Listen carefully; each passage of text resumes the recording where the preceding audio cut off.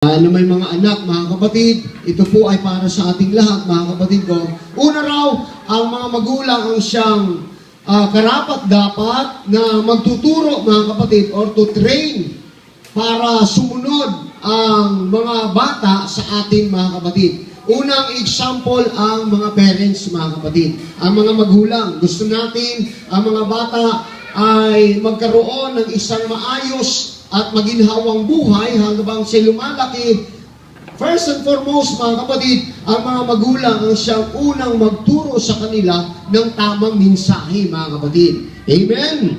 Ang tamang mensahe, mga kapatid ko, ay ang pagsunod sa Panginoon. Yan daw yun, mga kapatid. Ang pagsunod, hindi po yung option, kundi obligation.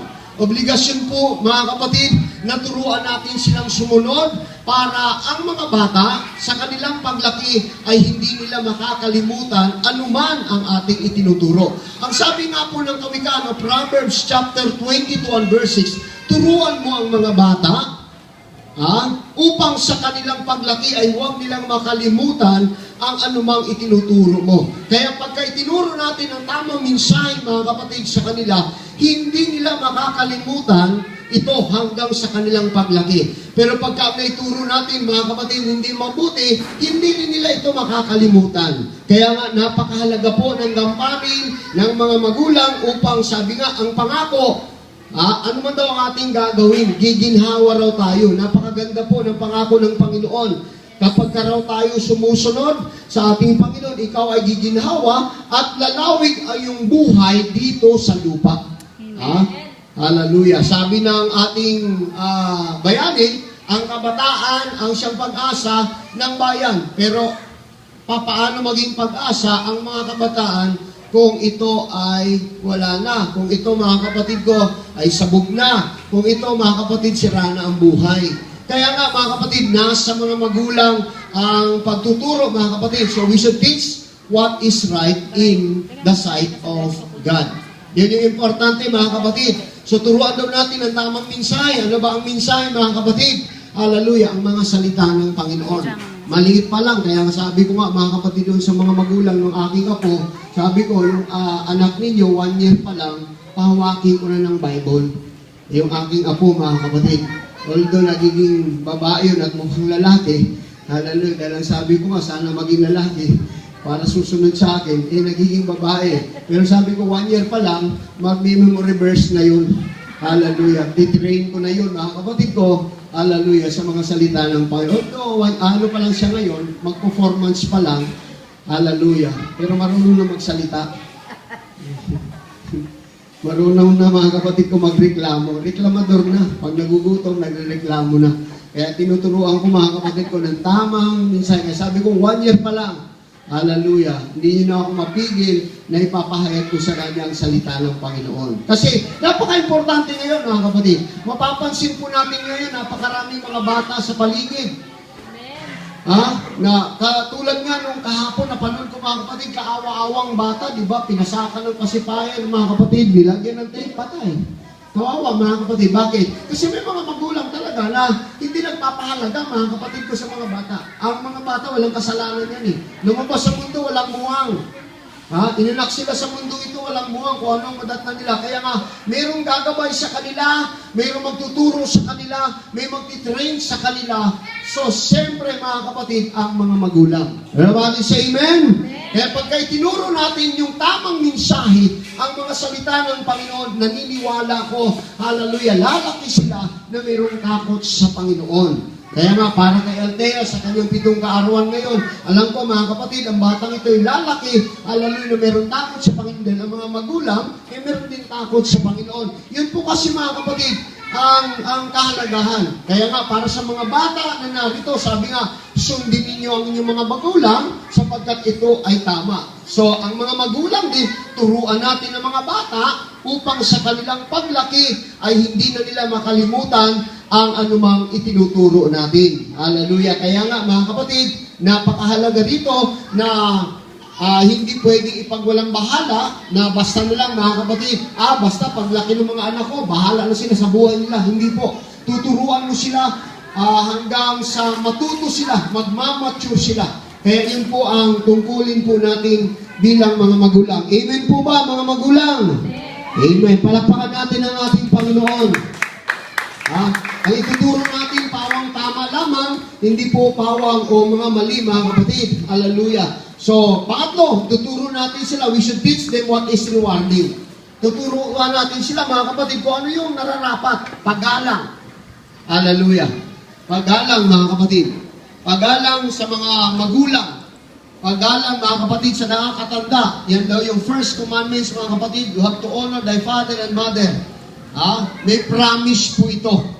Hallelujah. Kaya para sa mga batang ito, para kay Althea ngayon, ang paggalang sa mga magulang, hallelujah, ay siyang nararapat, mga kapatid, upang ang pangako ng Diyos ay mananatili sa ating mga buhay. Sa mga magulang din, huwag natin ipamungkahi ang mga bata o ibuyo sa anuman daw galit, kundi turuan sila ng nararapat, mga kapatid. Hallelujah. Para paglaki nila, meron din silang takot sa Diyos at hindi po sakit sa ating mga ulo. Hallelujah. Kasi ngayon, 12 years old, mga kapatid, kagaya nga doon sa amin sa Bulacan, 12, 14, 15, na sangkot na sa patayan, mga kapatid. Nagkaroon ng rambulan sa biryahan doon sa banda sa amin.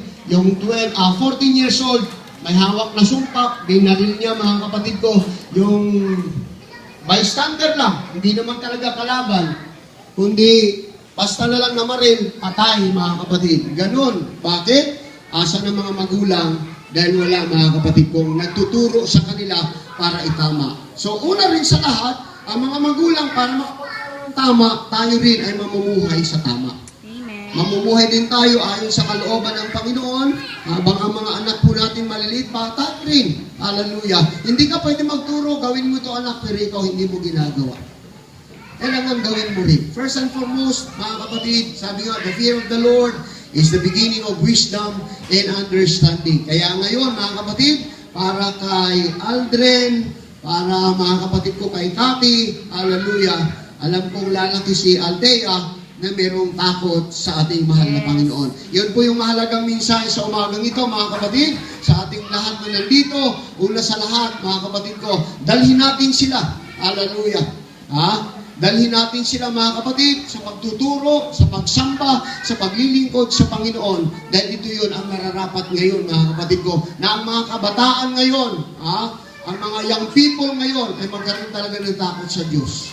Para malayo sa anumang kapahamakan, para mailayo sa anumang mga vices ngayon na lumalaganap, mga kapatid ko. Sabi ko nga, mga kapatid, nasabi ko na nga ito sa church, may mga kabataan na bibiktima ngayon, mga kapatid, ng mga gang-gang.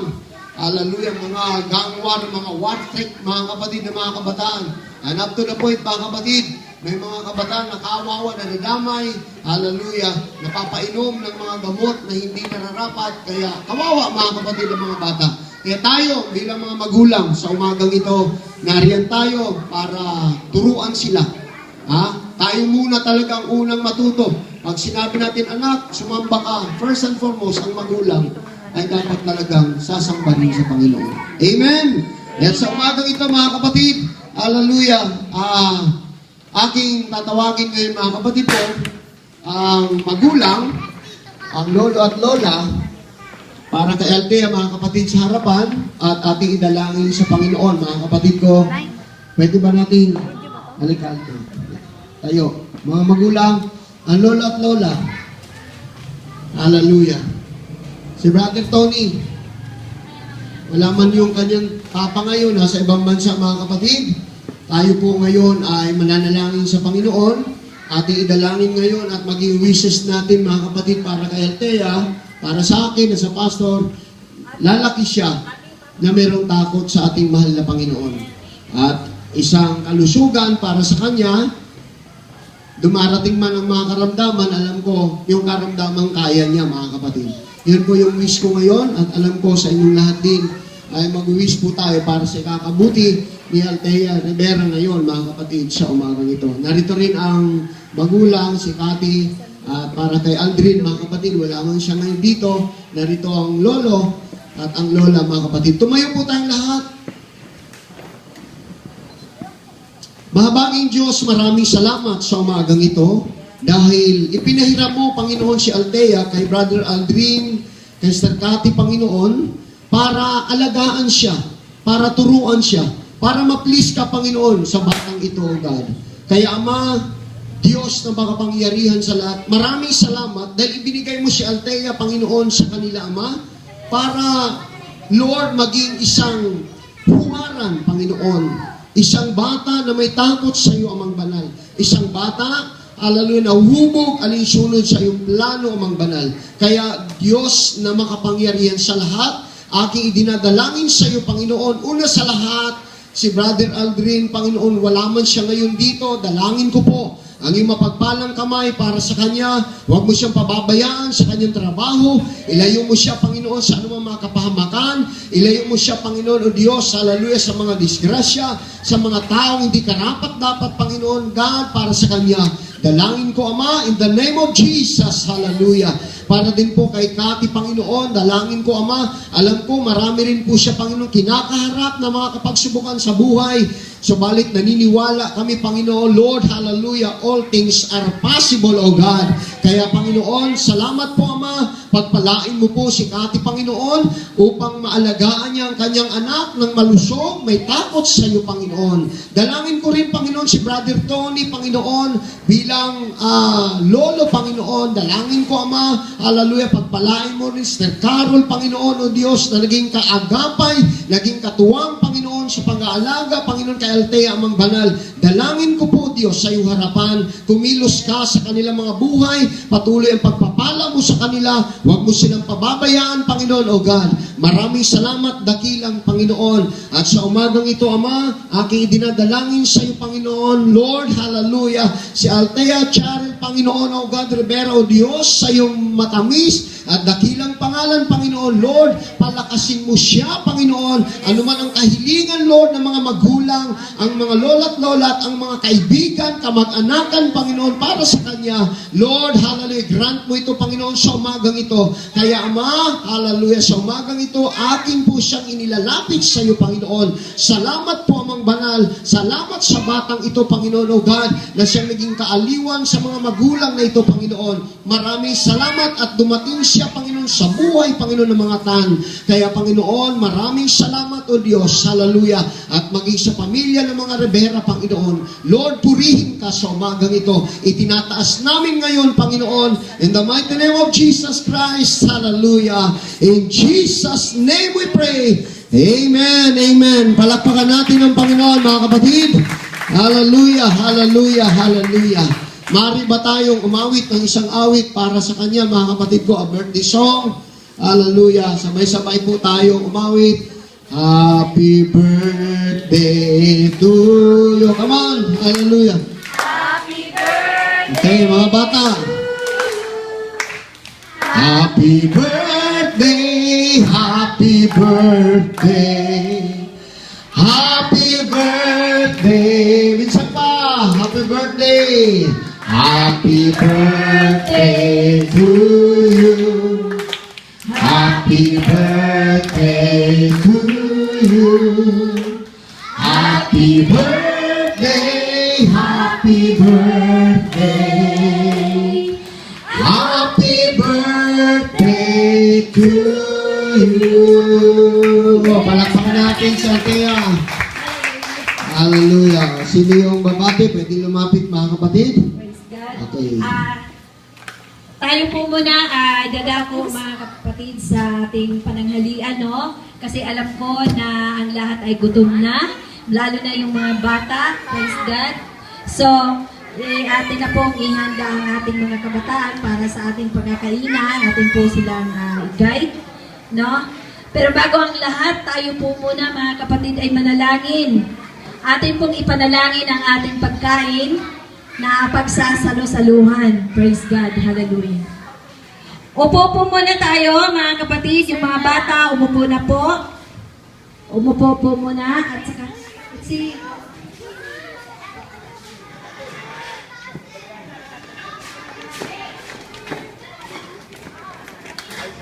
dito na po kayo lahat para sabay-sabay na kasi kakain na pagkatapos ng ating panalangin.